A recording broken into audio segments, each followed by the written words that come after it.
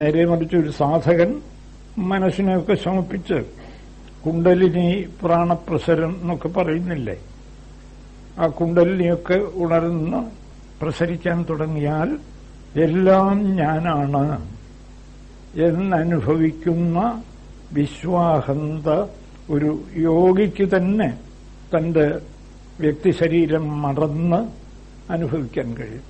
വലിയ യോഗിയൊന്നും ആവണമെന്നില്ല.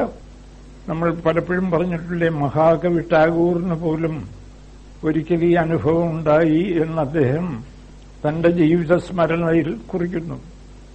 എന്നുവെച്ചാൽ ആർക്കും മനസ്സേകാഗ്രപ്പെട്ടാൽ ഈ പ്രാണപ്രസരം ഉണ്ടാവും.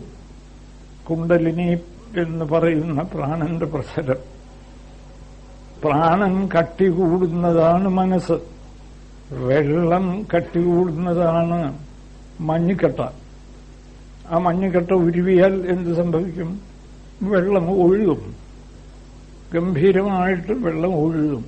അതുപോലെ മനസ്സേകാഗ്രപ്പെട്ടാൽ, ഇതൊക്കെ അത്യന്തം ശാസ്ത്രീയമാണ്. മനസ്സേകാഗ്രപ്പെട്ടാൽ പ്രാണൻ പ്രസരിക്കും. പ്രാണൻ പ്രസരിച്ചാൽ ഈ വ്യക്തി ശരീരത്തിൽ മാത്രം ഒതുങ്ങി നിന്നു എന്ന് വരില്ല. അത് വ്യക്തി ശരീരത്തിൽ നിന്നും പുറത്തേക്ക് വ്യാപിച്ചിട്ട് എല്ലാ പ്രപഞ്ചഘടകങ്ങളും എന്നിൽ തന്നെയാണ് ഉണ്ടായി മറയുന്നത് എന്നനുഭവിക്കാൻ കഴിയും. ടാഗോറിന് തോന്നിയത് അങ്ങനെയാണ്. അദ്ദേഹം കൽക്കട്ടയിലെ തെരുവിൽ കൂടെ നടന്നു പോകുമ്പോൾ സന്ധ്യാസമയം കവി ഹൃദയമല്ലേ, മനോഹരമായ പ്രകൃതി ദൃശ്യത്തിൽ മനസ്സേകാഗ്രപ്പെട്ടു. തന്റെ രോമകൂപങ്ങളിൽ കൂടി ഏതോ ഒരു അത്ഭുത ശക്തി പുറത്തേക്ക് പ്രവഹിക്കുന്നത് അദ്ദേഹത്തിന് തോന്നിയെന്നാണ്. എന്നിട്ട് തന്റെ ചുറ്റുപാടുമുള്ള കെട്ടിടങ്ങളും പശുക്കളും മനുഷ്യരും ഒക്കെ തന്നിലേക്ക് വന്ന് ലയിക്കുന്നതായി തോന്നിയെന്നാണ്.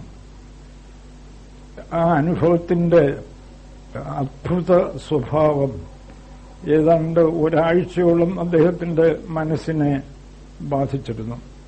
അതിന്റെ പശ്ചാത്തലത്തിലാണ് ടാഗോർ ഗീതാഞ്ജലി എന്ന മിസ്റ്റിക് പോയം രചിച്ചത്.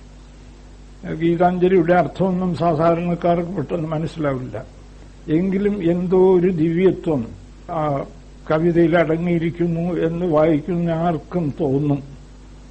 അതുകൊണ്ടാണല്ലോ അതിന് പാശ്ചാത്യർ പോലും നോബൽ പ്രൈസ് കൊടുക്കാൻ തയ്യാറായത്. അപ്പോ മനസ്സേകാഗ്രപ്പെടുമോ ആർക്കും ഈ അനുഭവം ഉണ്ടാവും.